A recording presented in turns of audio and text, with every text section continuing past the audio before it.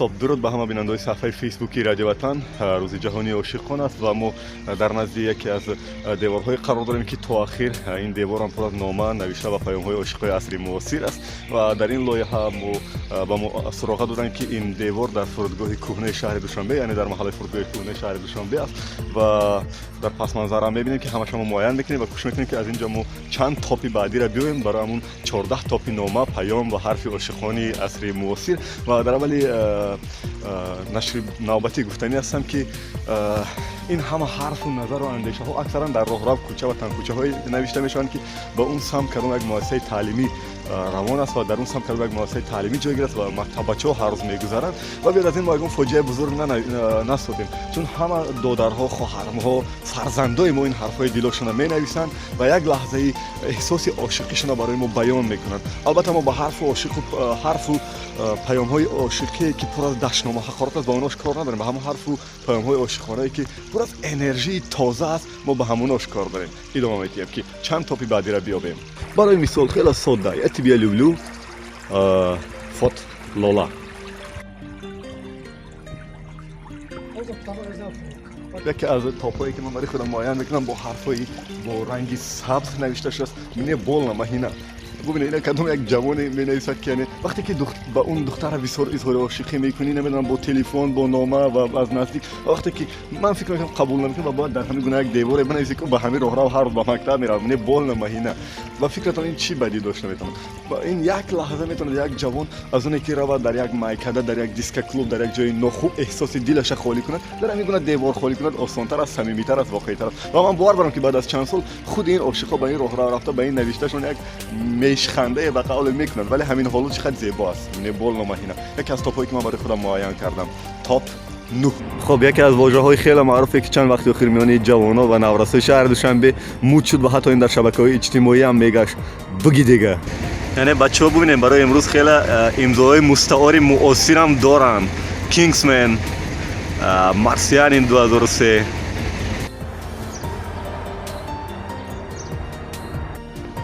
خب در این دیوار کسی دیگر را تبریک کرده است با زاد روزش، ولی نه مثل اون تاپی که ما روز گذشته معین کردیم که خیلی کوتاه کریاتیو تبریک کردم. و اینجا ببینید که فقط بچه‌ها نمیگن که من بول و مهینه که ما تاپ نویسیم، اینجا حتی میگن که من بول و سنت، یعنی دخترای زیبا هم برای بچه‌ها میگن که با من سخت است یا برای من دشوار است، یعنی با سنت اظهار محبت کرده است. برای من خیلی سخت است سنت، یعنی وقتی که فکر میکنم سنت اظهار محبت قبول نکرده است و اومده اینجا نوشته اون دخترک.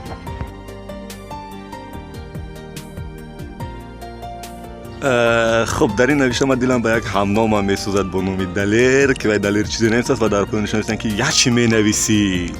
با 3 تا علامت خطاب هم گذاشتن. ایران بودم ادامه همون دیواری که بچه‌ها اظهار محبت کردن برای یکدیگر، نامه‌های عاشقشون نوشتن و تاپ بعدی که من برای خودم معین کردم تاپ 10. این همون نوشته در بالا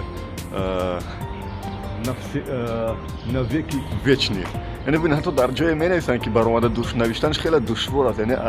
یکم زحمت میخواهد برآمدن به اینجا و من نمیدونم چگونه باید ببری بنویسی، کجا را بداری، اون توربه را باید بداری بنویسی، ولی من برای خودم از اون که جاش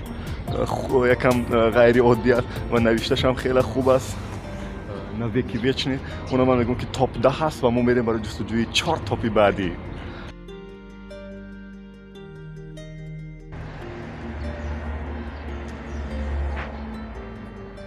خب بیننده عزیز صفحه فیسبوک رادیو وطن و ما می‌خوایم برای خودمون تاپ 11 معین بکنیم. من کوشش میکنم که از اینجا خیلی خوباشو برای خودم معین کنم تاپ، چون اینجا نوشته خیلی زیاد. مثلا یکیش نوشته است که پوپسیک و عجیبش همین است که با مینویسه در پایان اصل خیس، یعنی این بچه‌ها خیلی زیبا با یکدیگر همین گونه اشاره و ایموها گتی اظهار محبتشون مینویسن، تا اگر نامشون ننویسن ولی این گونه حرفا گتی و من میگم که این تاپ 11 هست. پوپسیک اصل خیس.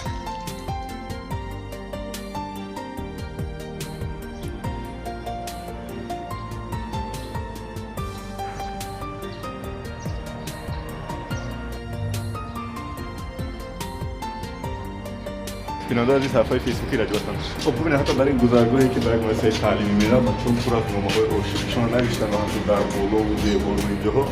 ва ман як пешниҳод доштам ки чӣ мешавад дар ин чор номаи шаҳри Душанбе як чанд нуқтаҳои ҳамин гуна муайян шавад ки девору он пасткӯчаву танкӯчаҳоро бачаҳо он ҳарфу паёмҳои ошиқшонро ба якдигар бирасонанд ва мо аз ин ягон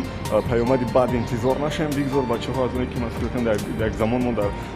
кадом дарси як муаллим агар баромон хастакунанда мешавад ҳатман дар дафтар чизе менавиштем дар танаи дарахтҳо баъдан мо ҳарфи диломонро навиштагием ва фикр мекунам ҳар кас дар ҳар ҷое нома паёми ошиқша навиштааст вале имрӯз бачаҳо ина гирифтанд то девору кӯчаву танкӯчаҳо вардан баъд нест ва барои мо агар як дар чорноҳияи шаҳри Душанбе ҳамин гуна деворҳо муайян шавад ва он деворҳо дар сол як бор ранг шавад чун бовар кунед ки ман фикр мекунам аксар талабаҳои мактабҳои миёна имрӯз дар шаҳри Душанбе ҳамин гуна як номаҳои ошиқӣ ҳарфу паёмҳошон дар як роҳраве навиштагианд ҳам духтаро ва ҳам бачаҳо ва аз ин набояд тарсид барое ки оно додарои мо хоҳарои мо фарзандои мо ҳастанд ки имрӯз дар атрофи мо зиндагӣ мекунанд хоб бо мо мерем барои идомаи ёфтани се номаи топи баъдӣ дар дигар гӯшаҳои шаҳри Душанбе агар шумо дар ҷои дигар мебинед ҳамин гуна номаҳои зиёде навишта моро даъват кунед барем се номаи дигарро биёвем.